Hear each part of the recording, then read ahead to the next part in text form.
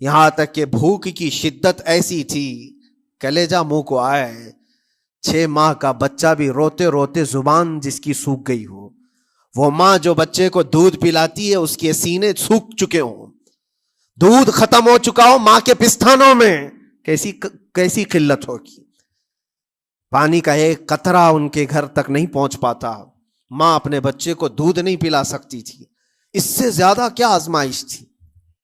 یہ بھوک اور پیاس کی آزمائش، پھر جانوں کی آزمائش تو ایسی، اللہ اکبر، 56 سال کی عمر کا وہ شہزادہ عالی وقار، سیدہ کائنات فاطمۃ الزہرا کا نور نظر، امام عالی مقام سید الشہداء امام حسین رضی اللہ تعالیٰ عنہ، جب میدان کربلا میں لاشوں کو اٹھاتے تھے، کتنی لاشیں اٹھائی، کبھی بیٹے کی، کبھی بھتیجے کی، کبھی بھانجے کی، کبھی بھائیوں کی، کبھی عزیزوں کی۔ میاں ہم اپنے گھر سے نکلنے والے ایک جنازے کو اٹھاتے ہیں تو 8 دن تک ہمارے اندر سے ہوش نکل جائے۔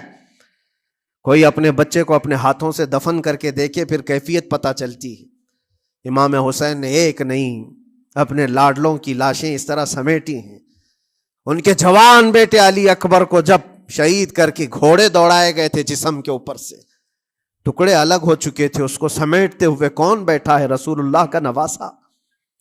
اور 6 ماہ کے بچے کو ہاتھ کے اندر ظالموں نے تیر سے ایسا مارا تھا کہ حلقوم پہ چلا گیا ہو، اور 6 ماہ کے علی اصغر کا خون جب امام حسین کے چہرے پر اچھل جاتا ہو، کسی باپ کے ہاتھ میں بیٹا وفات کر جائے اور پھر وہ لے کر کے خیمے میں آئے اور ادھر سے بلکتی ہوئی ماؤں کو اور بہنوں کو بھی دیکھے، ان میں بھی صبر کی تلقین دے۔ کبھی کبھار میں سوچتا ہوں اللہ یہ کیسے امتحانات سے گزرا تھا فاطمہ کا لال، کیسے امتحانات سے، بھوک اور پیاس کی شدت الگ، یہ جانوں کی شدت، جانوں کے جانے کا غم الگ، عزیزوں کی لاشوں کو اٹھانے کا بوجھ الگ، پھر اس پر 22,000 کا لشکر جرار سامنے، اس کا خوف لوگوں کے اوپر ڈالا جا رہا ہے۔ عزیزان گرامی وقار، یہ سب چیزیں کیا امام حسین کے قدموں کو ڈگمگا گئیں؟ کیا ان کے خاندان والوں کو بکنے پر مجبور کر دی؟ کیا انہوں نے سمجھوتے کر کے اپنا سب کچھ بیچ ڈالا؟ ایک خیمے کا بچہ بھی، خیمے کا ایک بچہ بھی امام حسین کا نکل کر کے آیا ہو تو مجھے تاریخ بتا دو، بلکہ تاریخ تو آج یہ کہتی ہے سرداد نہ داد دست در دست یزید، حقا کے بنا لا الہ است حسین، سر دے دیا مگر ہاتھ یزید کے ہاتھ میں نہیں دیا۔ حق تو یہ ہے کہ لا الہ کی جڑ کا نام حسین ہے۔ آج وہ امتحان قیامت تک کی تمہارے ساتھ ہوتا رہے گا، قیامت تک تمہارے ساتھ یہ آزمائش ہوتی رہے گی، کبھی بھوک سے، کبھی ڈر سے، کبھی جانوں کے نقصان سے، لیکن پھر تمہیں دیکھا جائے گا تم بکتے کتنے ہو، نکلتے کتنے ہو، ہواؤں کے پجاری کتنے ہیں، خواہشات نفس کو ماننے والے کتنے ہیں، اپنے کمفرٹ زون میں جینے کے لیے ایمان کا سودا کرنے والے لوگ کتنے ہیں۔ یہ آزمائش ہوتی رہے گی میرے عزیزو۔ ایمان اس کا نام نہیں ہے کہ تم گھر میں آرام سے بیٹھے رہو گے اور کوئی امتحان نہیں ہوگا، امتحان تو ہوگا، آزمائش تو ہوگی۔ آج جو بھی حالات ہیں اس پر میں یہی کہوں گا، ایک بات ہو سکتا ہے کروڑوں مسلمانوں کے دلوں میں آج یہ نروس پن آئے، اتنے برے حالات ہوتے ہیں، اللہ ہمارے ساتھ ہے یا نہیں؟ اللہ ہمارے ساتھ ہے یا نہیں؟ ایمان ہمارا صحیح ہے یا نہیں؟ اسلام صحیح ہے یا نہیں؟ یہ شک بھی شیطان تمہارے دل میں ڈالتا ہے۔ کبھی تمہارے اوپر مصیبتوں کے پہاڑ ٹوٹ جائیں تو شک ڈالتا ہے شیطان تاکہ تمہارا ایمان ڈگمگا جائے۔ میرے عزیزو، مسلمان ہونے کا مطلب یہ نہیں ہے کہ تم صرف محلات میں جیو گے اور تخت و تاج کے مالک ہی رہو گے، ایسا نہیں ہے۔ ایمان والوں کو احد میں 70 جانیں بھی دینی پڑی ہے، بدر میں ان کے ساتھ جو معاملات ہوئے ہیں، فتح اگرچہ بدر میں ہوئی لیکن جنگ احد کا اگر منظر دیکھو گے، اللہ اکبر، وہ رسول پاک صلی اللہ تعالی علیہ وسلم کے شہدائی صحابہ جب احد کے میدان میں کھڑے تھے، 70 صحابہ کی ایسے جانیں گئی ہیں، اگر میں تفصیل بتاؤں تو بہت لمبا وقت ہوگا۔ ایک صحابی ہیں حضرت انس بن نزیر، پورے جسم میں ایک انگلی کے علاوہ کچھ نہیں ملا، کچھ نہیں ملا، شہادت کی ایک انگلی سے ان کو پہچانا گیا۔ حضرت سعد بن ربیع، یہ ایسے صحابی ہیں جن کا پیٹ پورا پھاڑ دیا گیا تھا اور 12 نیزے مارے گئے تھے. وہ سید الشہداء امیر حمزہ بھی تو اسی احد کے میدان میں شہید ہوئے، جن کو بھالے سے مارا گیا اور چیر کر کے ان کا کلیجہ چبایا گیا تھا. عبداللہ بن جہش اسی میدان میں انتقال کیے ہیں، جن کے جسم کے 80 ٹکڑے کر دیے گئے تھے اور ہر ٹکڑے کا ہار بنا کر ظالموں نے پہنا تھا، ہار بنا لیا تھا جسموں کے. یہ سارے منظر احد کے میدان میں ہوئے. اور کون سے ایمان والے؟ وہ رسول اللہ کی اقتداء میں نماز پڑھنے والے، حضور پاک کے چہرے انور کو دیکھنے والے. جب ان کے ساتھ یہ آزمائشیں ہو سکتی ہیں تو ہم کون سی گاجر مولی ہیں؟ ہمارے ساتھ بھی آزمائشیں ہوں گی. جس کا جیسا ایمان ہوگا ویسا وہ امتحان بھی دے گا، اسی امتحان سے وہ گزارا جائے گا. مگر میں آج کروڑوں مسلمانوں کے دلوں کے بارے میں یہ بات کہنا چاہتا ہوں کہ اگر نروس پن ہے کہ یہ حالات ایسے کیوں ہیں، حالات ہر زمانے میں ہوتے رہیں گے. ستیزہ کار رہا ہے ازل سے تا امروز، شرار ابو لہبی سے چراغ مصطفی. یہ ہماری تاریخ ہے، یہ تاریخ ہے میرے عزیزوں. اللہ تعالیٰ قرآن میں فرماتا ہے تِلْكَ الْأَيَّامُ نُدَاوِلُهَا بَيْنَ النَّاسِ. یہ دن ہیں جو ہم لوگوں کے درمیان پلٹتے رہتے ہیں. کبھی تم بادشاہ بنو گے، کبھی فقیر بن جاؤ گے. اور آج جو تخت پر ہیں ہو سکتا ہے وہ کل ڈگر ڈگر گھوم رہے ہوں. آج جن کو طاقت کا نشہ ہے ہو سکتا ہے وہ بھیک مانگنے پر بھی مجبور ہو جائے. لیکن ایک بات یاد رکھنا، نروس پن اپنے دل میں آنے نہ پائے. ان حالات سے دیکھ کر کے گھبرا نہ جانا. ایمان تمہارا سچا ہے، اللہ کل بھی تمہارے ساتھ، آج بھی تمہارے ساتھ. بس تمہاری عبادت میں فرق آنے نہ پائے، تمہارے سجدوں میں کمی ہونے نہ پائے، تمہارے ایمان میں تزلزل آنے نہ پائے. اللہ ایک ہے تو ایک ہے، اللہ سچا ہے تو سچا ہے. میں نے اللہ کو نہیں دیکھا لیکن اللہ پر ایمان ضرور ہے. یہ یقین اور یہ عقیدہ تمہارا مضبوط رہے. ہاں ہمیں معلوم ہے، کچھ لوگ ہم سے پوچھتے بھی ہیں، اللہ تبارک و تعالیٰ پوری کائنات کا مالک جس نے ہر چیز پیدا کیا اور اس کی عبادت کرنے والے ہو آپ، لیکن پھر اسی اللہ رب العزت کی یہ مسجدیں کیوں ڈھائی گئی؟ کیوں مسجدوں کو ختم کیا جا رہا ہے؟ اللہ کے ذکر کو روکنے کے لیے طاقتیں پوری مسجدوں کو ڈھانے کی کیوں بات کرتی ہیں؟ پھر اللہ کچھ کیوں نہیں فرماتا؟